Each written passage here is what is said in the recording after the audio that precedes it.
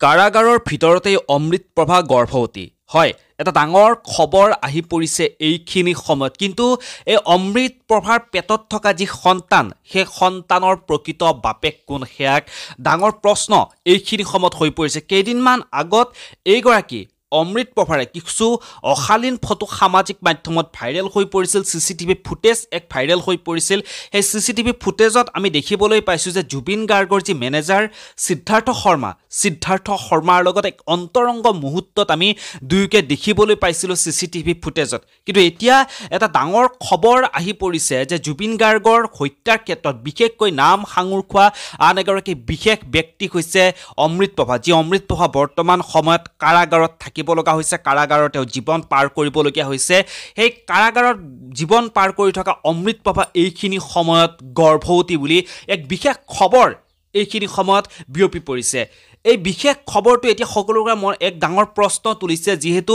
অমৃতপ্ৰভাই ইমান দিন কাৰাগাৰৰ ভিতৰতে আছে কাৰাগাৰৰ ভিতৰত থকাৰ পিছত অমৃতপ্ৰভাৰ পেটত থকা যি সন্তান সেই সন্তানটিৰ আসলে প্ৰকৃত বাপেক কোন হে এক ডাঙৰ প্ৰশ্ন সকলোখিনি কথা মই আপোনালোকক ভিডিঅ'টোৰ শেষলৈকে সবিশেষ বুজাই দিবৰ কাৰণে চেষ্টা কৰিম আসলে এই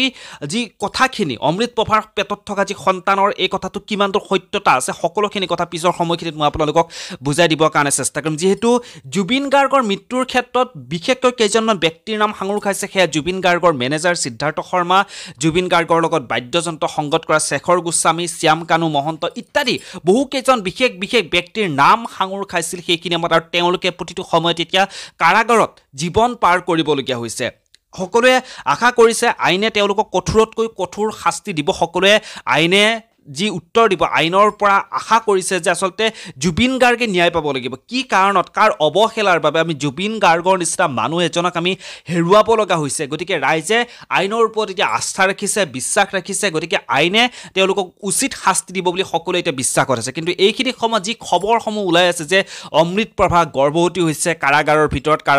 অমৃতপ্ৰভা গৰ্ভৱতী এনেকুৱা ধৰণৰ বিভিন্ন ধৰণৰ খবৰসমূহ ওলাই আছে এই খবৰবোৰ আসলে কিমান দূৰ সত্যতা আছে কিমান দূৰ সত্যতা নাই আমি ক'ব নোৱাৰো যেহেতু সেই তেওঁলোকে এতিয়া কাৰাগাৰৰ ভিতৰত আছে গতিকে এই সময়খিনি তেনেকুৱা বিভিন্ন ধৰণৰ খবৰসমূহ কিন্তু মাজে সময়ে সামাজিক মাধ্যমত বিয়পি পৰে যি কথাবোৰ আসলে প্ৰকৃত সত্য আমি কোনেও গম নাপাওঁ কাৰণ সেই কথাবোৰ তেওঁ সঁচা নে মিছা কথা ক'বলৈ তেওঁলোকে এতিয়া কাৰাগাৰৰ বাহিৰত নাই সাংবাদিকসকলে তেওঁলোকৰ ওচৰত গৈ তেওঁলোকৰ স্পষ্টীকৰণ ল'ব নোৱাৰে আসলে কথাবোৰ কিমান সত্যতা আছে কিন্তু এনে ধৰণৰ খবৰসমূহে এতিয়া সামাজিক মাধ্যমত তোলপাৰ লগাইছে আৰু প্ৰত্যেকজনেই এইখিনি সময়ত এই কথাবোৰ বাদ দি জুবিন গাৰ্গৰ ন্যায়পক্ষত মাত মাতাটো অতিকৈ দৰকাৰ জুবিন গাৰ্গৰ ন্যায়পক্ষত সকলোৱে মাত মাতিবই লাগিব লাহে দেখিছোঁ জুবিন গাৰ্গৰ পক্ষত মাত মাতা মানুহৰ সংখ্যা ক্ৰমান্বয়ে এজন কৰবাত কমি আহিছে সকলোৱে নিজৰ কামত ব্যস্ত হৈ পৰিছে কিন্তু তেনে কৰাটো একেবাৰে উচিত নহয় সকলোৱে জুবিন গাৰ্গৰ ন্যায়পক্ষত মাত মাতক জাষ্টিছ ফৰ জুবিন গাৰ্গ সামাজিক মাধ্যমত যি ঢৌৰ সৃষ্টি হৈছিল সেই ঢৌ কেতিয়াও যাতে সীমিত হৈ যাব নালাগে কেতিয়াও যাতে সেই ঢৌ যাতে লেহেমীয়া হৈ যাব নালাগে আপোনালোকে যেনেকৈ পাৰে যেতিয়া সুবিধা পায় জাষ্টিছ ফৰ জুবিন গাৰ্গ